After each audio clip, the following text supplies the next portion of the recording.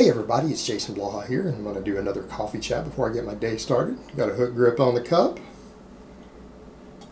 And I had a few people make me aware that Dr. Deadlift, Cailer, Woolam, the other day released a video. And guys, I always go through and check his channel out about once a week just to see if he's put anything new up. I'm going to go ahead and link his video down below. Actually, I recommend you guys subscribe to the guy. I can't believe the guy only has 27,000 subscribers. With a 938 raw deadlift weighing under 220. He is a world record holder in 2 different weight classes, and the guy's got some interesting ideas on deadlift training and everything else. He's a good guy to follow. Even though he doesn't put out a lot of content, I'd recommend you watch it. I don't care what form of lifter you are. But some people pointed out that he has some views very similar to me on straps.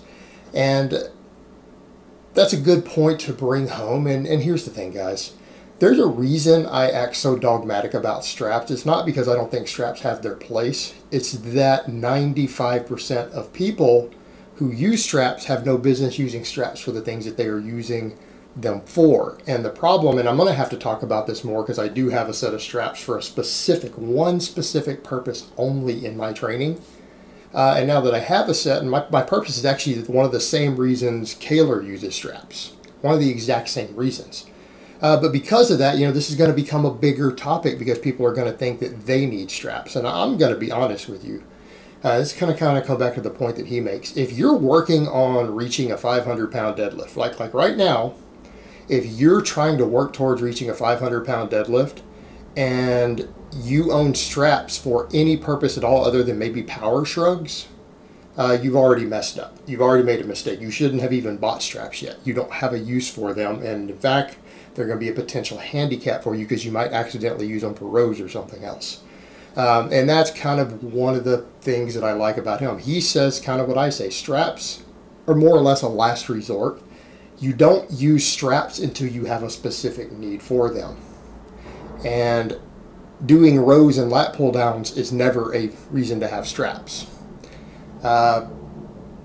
And I'll get into some of his other stuff he points out there also. But yeah, having straps for something like that, you're already screwed. Like if you're at the point in your training to where you need straps for your last couple sets of rows, you already have developed a problem. You're already in trouble now. You've already screwed up. Because let's be honest here. Anyone who is struggling with rows, you're probably either doing way too much volume in one day on rows. Probably doing way too much volume on rows. Or you already just have a weak grip because you've already started using straps. And that's kind of a take home. That's what he points out. Things like a lot of your accessory movements, you shouldn't need straps. If you have even a base grip strength built, your grip isn't going to give out on that stuff. And that's the stuff that builds your grip. In other words, all of your higher volume pulling on rows and pull-ups and chin-ups and things like that, that's actually where you develop a large part of your grip strength over for your deadlift. That actually helps build your deadlift grip strength. So if you're needing straps for the stuff that's actually used to build your grip, you're already in trouble. In other words, I don't care how many sets of rows you do with 225. If your grip is giving out with 225 on rows, even if you're doing sets of 10, if you get to your 5th set, let's say you're doing 5 sets of 10 with 225, if your grip is already giving out on rows by then, you're going to struggle with a 500-pound deadlift even with a mixed grip. You're probably already going to struggle with that because you already have a grip strength problem.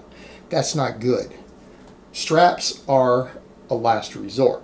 They're a last resort.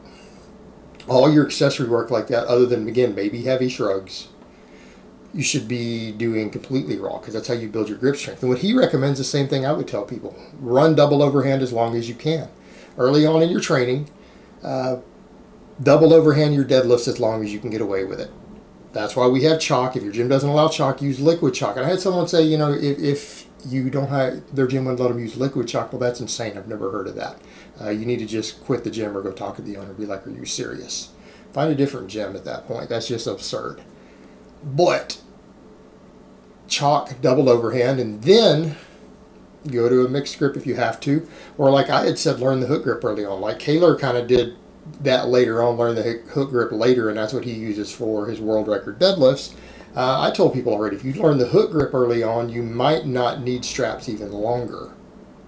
because that's where straps come in handy. That's where he uses them personally, right? He uses them to save his thumbs because he does all of his deadlifting with hook grip for the most part. He uses straps on some of his volume to avoid ripping the skin on his thumbs so that he can get more of his heavy work done in every week with the full hook grip without wearing the skin down on his thumbs, because that's actually a problem when you start going heavy. And I'm not talking about your lighter work. Some cleans and stuff is not the same. When you're deadlifting heavy with any sort of weekly volume, yeah, you're going to start running into problems with that. That's the actual reason I have straps now, because strap deadlifts carry over better than the mixed grip as far as the technique goes, because your technique with straps on a deadlift is very, very similar to the hook grip. In other words, the distance the bar travels, the even amount of pulling on each side. Training mixed grip is actually a slightly different movement. The straps carry over better to the hook grip in terms of getting the same movement pattern down. So that's one of the reasons you might use them. Or for some people, for volume deadlifting who just do not have the grip strength, or in the case of, let's say you're not doing mixed grip, you're doing hook grip, you're going to need it for your volume work. If you're doing mixed grip, that is a point too. A lot of times you will need it later into your volume work, but we're not talking about something you're necessarily going to need. You need to base that on the individual, because remember last year I was doing up to 10 sets of 3 in one workout on deadlifts with just normal mixed grip. You guys didn't see my grip ever give out, did you? Exactly. I was doing that last year on camera for volume pulling, but it was triples. Start getting into higher reps, maybe it's a problem, but you also got to question, most of you, maybe you shouldn't necessarily need to be doing large volumes with high reps of deadlifts. Arguable point. But yeah, that's his general advice, is to go for the grip strength itself, is to go double overhand as long as you can. Then, you know, you switch to something else, and like it could be hook grip, it could be mixed grip. But if you learn hook grip from day one, that's not going to be a bad thing either, because you can still build your grip doing all of your other movements. And he pointed out, again, the straps are there for more advanced lifters who are either doing larger volumes of deadlifting.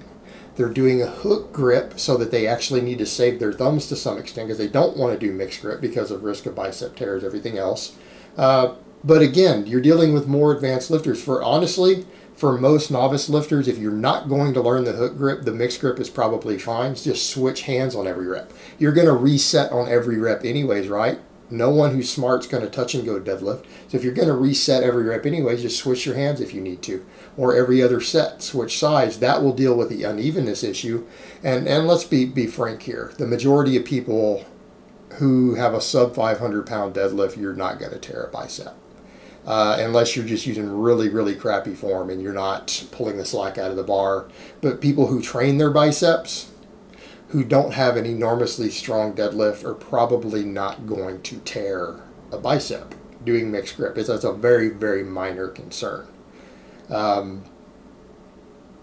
Most of the guys I know personally who are tearing biceps is with 600 plus. I tore mine with 605. That's the weight I had on the bar when I tore my left bicep. So the thing is, it's not as big of a deal. So straps are kind of a last resort for most of you guys. They really are. They're a last resort. Therefore, again, certain places in programming with volume, they're for things like heavy shrugs. Maybe people doing a lot of volume on Romanian deadlifts. But some people do their Romanians off pins, in which case the straps shouldn't be there. You shouldn't need them at all. And the same thing, we come over to rowing. So people say, well, I'm doing really high rep row standing. Well, why aren't you doing them off the floor? That's really the best way to perform a row anyways, and that problem goes away because you can re-grip the bar on every rep. You should be able to do limitless volume that way. So the straps don't really have a place in your accessory movement. If you're doing it there, you're shortchanging your grip, you're shortchanging your forearm development, you're not doing yourself any favors. Not doing yourself any favors there. So, I mean, something like a row is a place you should never see a strap. So where you're going to see them is going to be heavy shrugs, power shrugs, maybe on your volume deadlifts, maybe if you're a hook gripper deadlift, you're going to do some of your deadlifting with straps. But outside of that, you don't need them. And the point we come back to with that, the novice lifter is not going to be using these advanced techniques. All right? If you're a novice lifter working on getting to a 500-pound deadlift still, you are probably not going to be doing 30 reps of deadlift in a single workout, right? You're probably not. You're usually going to just be building to peak sets of 5, peak sets of 3. things like that. It's just not going to be part of your program because that's not necessarily the best way to get there. So in that case, you don't really need the straps. And so he has a very similar view that I do on them. And the reason, again, I tend to be dogmatic with a lot of this stuff, and some people don't grasp it. Like, Jason, why do you put things across so extreme? Because I'm dealing with an audience that is largely millennials. And when you're communicating with millennials, and this is not an insult, you have to communicate in hyperbole to some extent. Because if you don't, what happens? See, millennials communicate that way. That's the way they communicate online. That's the way they communicate with stuff. There's no middle ground with them in the communication. It doesn't mean there isn't in reality with what they're doing, but something is either completely epic and legendary or it sucks.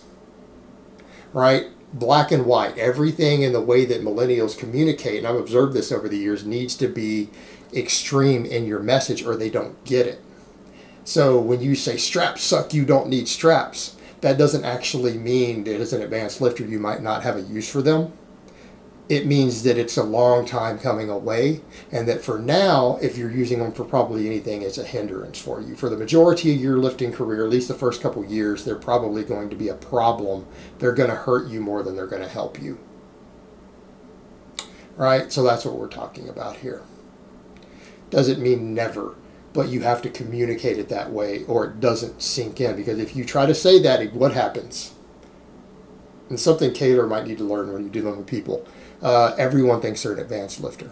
Every 300-pound deadlifter or 350-pound deadlifter, if they're a younger kid, they honestly believe they should be using Eric Lillibridge's or Cailer Woolam's deadlift program. When in reality, they just need to be using a basic program. They need to be using starting strength or one of my novice programs or strong lifts or 5-3-1. That's what they need to be using, right? They need to build a basic deadlift up. So again, they don't need to be worrying about these advanced techniques. And so if you make too many of these advanced techniques available to them and don't explain to them that it's not right for them, they'll go ahead and use it. It's going to be a problem. So the point is, straps are not something you use early on. Straps are something you use when you have to use them for certain things that are going on for more advanced lifters. That's their place, and that's more or less the way he broke it down. But go check out his video yourself. All right, guys, but that's really all I have to say on that today. I hope it's been informative, and I will talk to you guys next time.